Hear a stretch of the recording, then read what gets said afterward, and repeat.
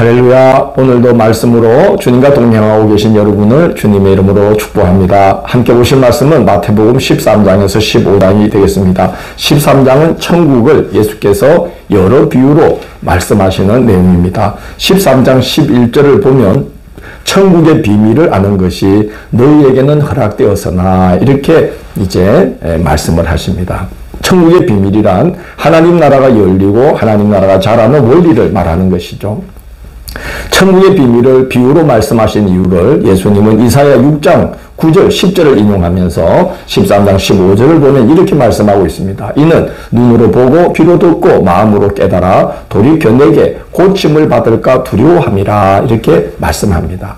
이사야 선지자 때에 이스라엘 백성들이 하도 하나님 말씀을 듣지 않고 불순종하니까 하나님께서 어떤 벌을 내리시냐 하면은 말씀을 들어도 깨닫지 못하고 눈을 뜨고 보면서도 그게 하나님 역사인지를 알지 못하는 상태에 빠지게 하신 거예요. 말하자면 영적인 무감각 또 영적인 무능 상태에 빠지게 하셨던 것이죠. 이게 어떤 참 끔찍한 상태를 낳게 하냐 하면요. 사람들이 죄를 짓고도 그게 죄인 줄 모르게 되는 거죠. 그래서 죄를 짓는데 용감하게 되는 그런 이제 상황에 빠지는 겁니다. 그러나 그냥 죄를 짓도록 내버려 두시는 이 무서운 벌을 이사야 시대 사람들이 받게 되었는데 예수님 시대 사람들도 그 지경에 이르렀다 하는 것을 지금 예수님이 말씀하고 계신 겁니다. 그래서 비유로 말씀하신 다음에 예수님은 뭐 비유를 더 자세히 설명해 주거나 제발 좀 귀담아 들으라고 호소하시지도 않고 귀 있는 자는 들으라 그렇게 딱 한마디 선언하시고 비유를 마치십니다. 참 안타까운 그런 사람들이죠. 예수님은 그러나 제자들에게는 비유를 풀어주십니다. 참 복된 자들이에요. 예수님의 육성을 통해서 하나님 나라의 비밀을 듣고 있지 않습니까? 예수님 이런 말씀하십니다. 바로 이 일은 그 많은 선지자들과 의인들도 바로 이런 시간을 기다렸지만 그들에게는 허락되지 않았던 복이다 하면서 예수님께서 제자들에게 너희가 참으로 복이 있는 자들이다 그렇게 말씀을 하십니다. 우리도 예수님의 이 복된 말씀을 성경을 통해서 듣고 성령께서 또 깨닫게 하시는 그런 은혜를 입고 있으니까 우리도 구약의 많은 선지자와 의인들보다 참으로 복된 자리에 참여된 초대된 자들이라는 생각이 듭니다. 예수님은 이제 그 비유를 쭉 이제 네 가지를 이 비유를 이제 이야기하시는데 첫째는 네 가지 종류의 땅에 뿌려진 씨 비유 그리고 그 다음에 겨자씨 비유 그 다음에 누룩의 비유를 말씀합니다. 이것은 하나님의 나라가 사람이 보기에는 작고 사소해 보이는 것을 통해서 시작되지만 그 속에 하나님의 생명이 있기 때문에 나중에는 심히 장대하여 세상을 완전히 변화시키는 역사가 일어나게 된다는 거죠. 천국의 원리는 그와 같다는 것입니다.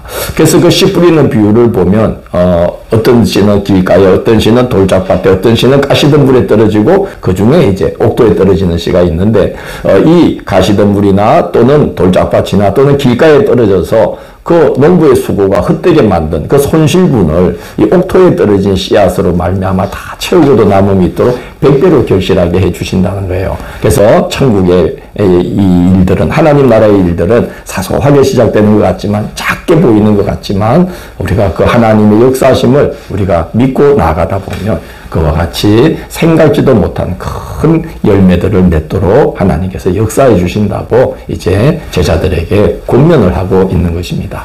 또 이제 그 비유 중에 밭에 감추인 보와 또 좋은 진주를 구하는 장사의 비유가 있는데요.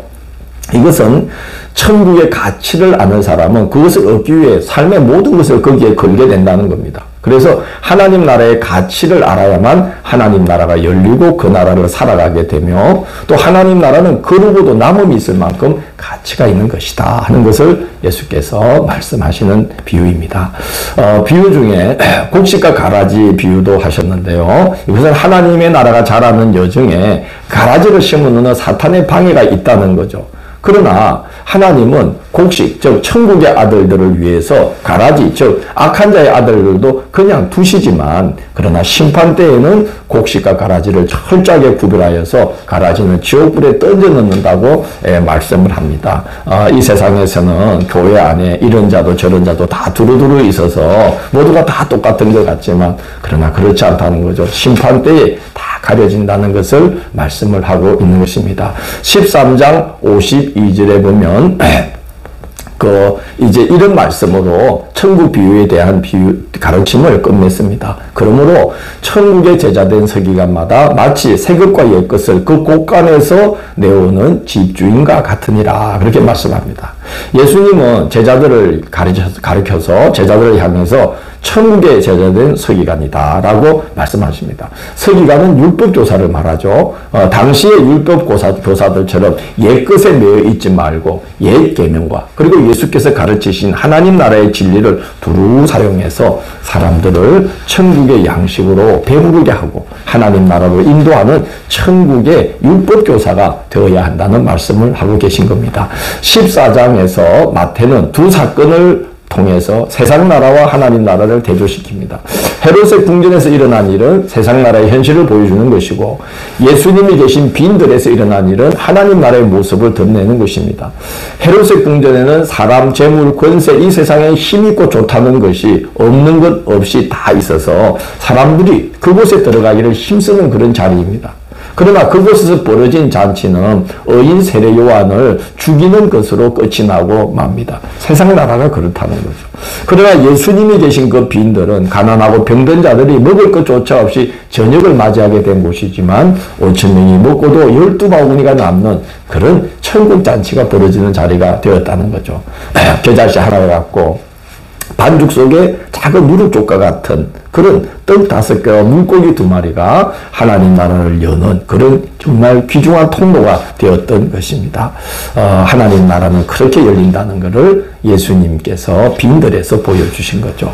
요한복음 6장을 보면 이 일로 인해 사람들이 예수님을 막 붙들어서 억지로 임금을 삼으려고 했다고 기록되어 있습니다. 그러나 예수님은 제자들이 그런 분위기에 휩쓸리지 않도록 제자들을 재촉해서 호수 건너편으로 먼저 보내시고, 예수님은 무리를 보낸 후에 홀로 기도하러 산에 오르셨다라고 기록되어 있습니다. 참 그러기가 쉽지 않죠. 임금 삼으려고 하는데 마다한다는 게 그게 쉬운 일이겠습니까? 예수님은 하나님 나라 그리고 십자가 이걸 향해서 한치도 발을 헛디지 않고 그 길로 가신 분이고, 그 길을 걷기 위해서 끊임없이 기도하셨던 분입니다. 우리는 예수님의 입모습을 마음에 새기고 본받아야 하겠습니다. 15장은 장로들의 전통에 매여 있는 서기관과 바리새인들의 모습을 보여주고 있습니다. 예수님의 제자들이 손을 씻지 않고 떡을 이제 먹자 장로들의 전통을 범하였다고 바리새인과 서기관들이 막 비방합니다. 정결법 규례를 어겼다는 것이죠. 정결법 규례는 본래 이방인과 구별된 모습으로 이스라엘 백성들이 거룩한 삶, 하나님의 백성된 삶을 살라고 주신 계명인데, 예수님 시대에 이르면서 계명에 해석을 더하면서 매우 복잡하고 매우 세밀한 그런 규칙들로 이제 전락하고 말았습니다. 그것을 장로들의 전통이다, 사람의 유전이다라고 하는 것입니다. 예수님은 거룩한 삶, 정한 삶은 그런 규례를 준수한다고 되는 것이 아니다. 그런 외적인 어떤 외양을 갖춘다고 되는 것이 아니다라고 가르치십니다. 사람을 더럽게 하는 것은 입으로 들어가는 게 아니라 그 속에서부터 나오는 것들이다. 즉 사람의 마음에서부터 나오는 온갖 악한 생각들이 사람을 더럽게 하는 것이라고 말씀을 하십니다. 예수님이 천국의 비밀에 대해 비유를 말씀하신 후에 천국의 제자된 서기관마다 옛것과 새것을 곳간에서 내오는 집주인과 같아야 하느니라고 하셨는데, 서기관과 바리새인들은 이 옛것만 곳간에서 꺼내오는 자들이죠. 그래서 외식하는 자들이 되고 말았고, 또 그렇게 백성들도 외식하는 것으로 가르침으로써 옛것에 머물러 있게 만들므로써 맹인으로서 맹인을 인도하는 지도자가 되고 말았다고 책망하고 계십니다. 그래서 제자들, 예수님의 제자들은 이 세상의 서기관이 아니라 천국의 제자된 서기관이 되어야 한다는 것이죠. 이어서 귀신 들린 딸 때문에 예수님께 도움을 청하는 가나안 여인의 이야기가 기록되어 있습니다. 저는 이 사건을 보면서 심령이 가난한 자가 어떤 모습인가 하는 것을 봅니다.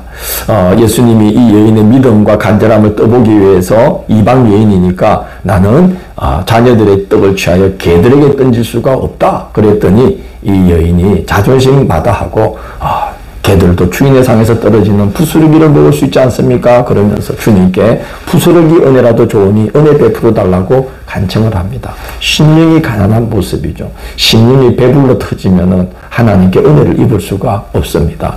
이 여인처럼 정말 모든 걸 내려놓고 은혜를 갈망하는 그 간절함이 가난한 심령이 아니겠는가 생각을 합니다. 저는 지난 주일에 시편 56편 8절을 이렇게 묵상을 했습니다. 다윗이 이런 기도를 합니다. 나의 눈물을 주의 병에 담으소서. 이것이 주의 책에 기록되지 아니하였나이까? 라고 다윗이 하나님 앞에 호소합니다. 주님의 도움이 없이는 나는 조금도 살 수가 없습니다. 그러면서 수없는 눈물을 주님 앞에 이렇게 흘리면서 기도했던 다윗이었던 거죠. 그래서 주의 병에 내 눈물을 담으십시오. 이게 내 그렇게 기도했던 그 기도가 주의 책에 기록되어 있지 않습니까? 이렇게 다윗이 호소하는 걸 봤습니다.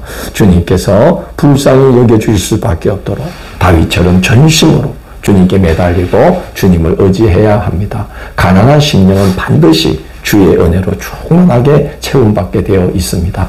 다음 시간 10월 11일 월요일은 마태복음 16장에서 19장을 믿음이 겨자씨 한 알만큼만 있어도 라는 제목으로 살펴보도록 하겠습니다. 오늘도 함께해 주셔서 감사합니다. 주님, 저희들의 심령이 가난한 심령이 되어 주의 은혜를 사모하고 목마른 사슴이 시냇물을 찾아 헤매듯 그렇게 주님을 갈망하면서 살아가도록 인도해 주시기를 원합니다. 그래서 하나님 나라가 우리 안에서 싹이 트고 자라고 충만하게 열매 맺는 그런 신앙의 여정이 되도록 인도하여 주옵소서.